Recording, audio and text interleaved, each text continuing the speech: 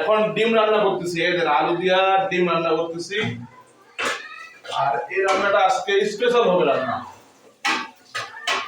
আর এখানে কিন্তু ডিম দেখতে পাচ্ছেন বন্ধুরা, এখানে আস্তা ডিম আছে, আবার এই যে ছোট ছোট করে ভাজা ডিম আছে, কারণ আমার ছেলে আবার আস্তা ডিম ছাড়া খাবে না, তার জন্য।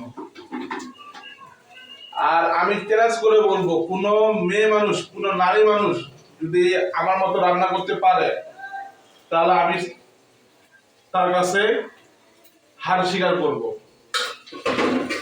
আমি তার কাছে হার স্বীকার করব। আমার মতো যদি কেউ রান্না করতে পারে, কোন মেয়ে মানুষ, তার কাছে আমি হার স্বীকার করব।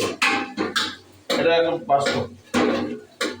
আর আমি এক তরকারিতে একবার যা দেই, দ্বিতীয়বার আমি তা দেই না, কারণ আমি রান্না জানি।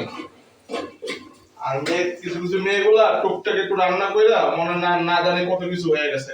তা আমি চ্যালেঞ্জ করে বলবো, কেউ যদি আমার সাথে চ্যালেঞ্জ করতে চান, তাহলে অবশ্যই ইনবক্সে কমেন্টে জানিয়ে দিবেন। আর আজকে রান্নাটা কেমন হবে অবশ্যই জানিয়ে দিবেন। সবাই ভালো থাকবেন। আল্লাহ হাফিজ।